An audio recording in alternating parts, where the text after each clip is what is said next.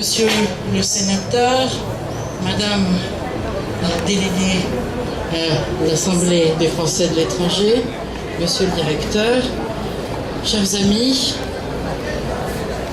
au nom de toute la communauté française, je voudrais d'abord vous saluer, Monsieur le sénateur, et vous remercier d'avoir choisi de célébrer la fête nationale avec nous dans cette Grèce du Nord, si riche en souvenirs de notre histoire commune et si francophile.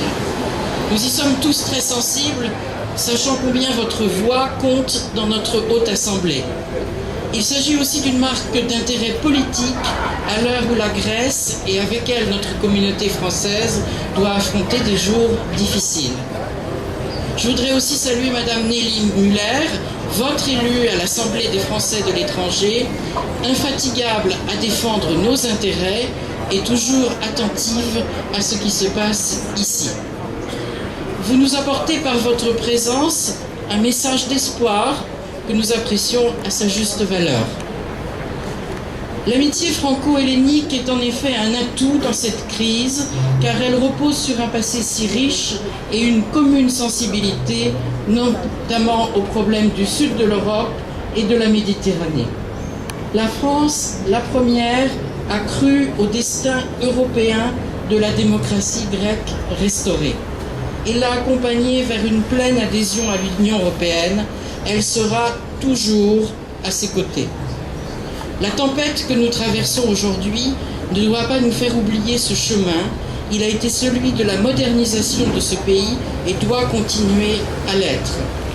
Aujourd'hui, où nous célébrons les valeurs de la Révolution française, souvenons-nous des sacrifices de la Grèce et de la France pour la liberté de l'Europe, mais aussi que notre union d'aujourd'hui repose sur l'égalité et la fraternité des nations qui la composent. Souvenons-nous aussi combien les hommes de 89 furent des créateurs, combien leur jeunesse donna une forme nouvelle à l'histoire du monde. Puisse l'Europe d'aujourd'hui retrouver cet élan pour répondre à de nouveaux défis. Dans un monde qui évolue à une rapidité accrue, l'action des grands pays passe par des changements dans les implantations pour être présent là où il faut peser et accompagner les efforts de nos compatriotes pour la conquête de nouveaux marchés qui sont les emplois de demain. Plusieurs de nos consulats ont été fermés pour en ouvrir d'autres, mais nous avons réussi à maintenir notre présence à Thessalonique et en Grèce du Nord. Désormais, comme à Naples et à Cracovie, le consul général sera aussi directeur de l'Institut français avec des moyens partagés et une action globale au service de la relation franco-hellénique dans le nord du pays. Elle s'appuiera aussi davantage sur la Chambre de commerce franco-hellénique dont je salue le dynamisme à travers sa vice-présidente, ici présente, Madame Maria Vosicki. Tout ceci n'aurait pas été possible sans le dévouement des agents du consulat qui accompagnent cette évolution et que je remercie vivement. Mais aussi, cela n'aurait pas été possible sans l'équipe de l'Institut. Elle appuyait en effet sans faille les efforts remarquables de rénovation déployés par son directeur, M. Julien Chiapponi-Lucchesi. Il nous quittera bientôt à la rentrée et nous lui souhaitons tout succès dans son nouveau poste de confiance auprès des Palestiniens de Ramallah. La France reste confiante dans le destin de la Grèce. Elle reste convaincue que notre relation est un atout pour l'Europe et elle souhaite rester présente ici, associée au développement de cette région. La grande exposition du Louvre sur la Macédoine antique, prévue d'octobre à janvier, nous ouvre des opportunités d'échanges nouveaux dans tous les domaines, du tourisme au commerce.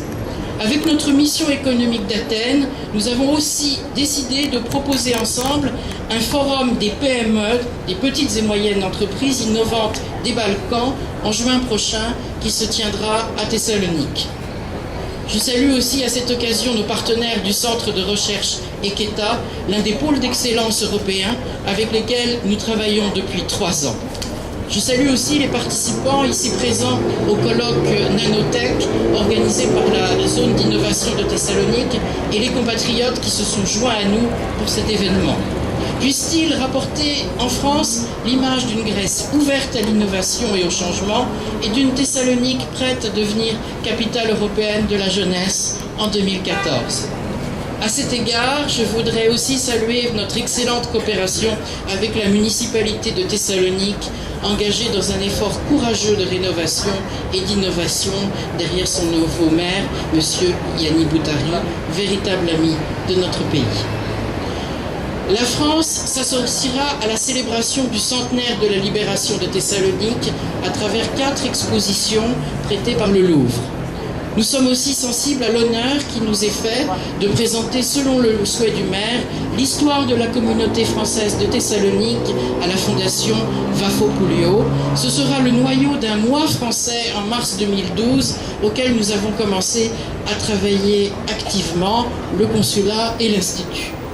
En attendant, il conviendra de reprendre force et courage pour une rude rentrée. Je vous souhaite à tous de trouver auprès de ceux que vous aimez des moments de détente dans cette merveilleuse et accueillante région.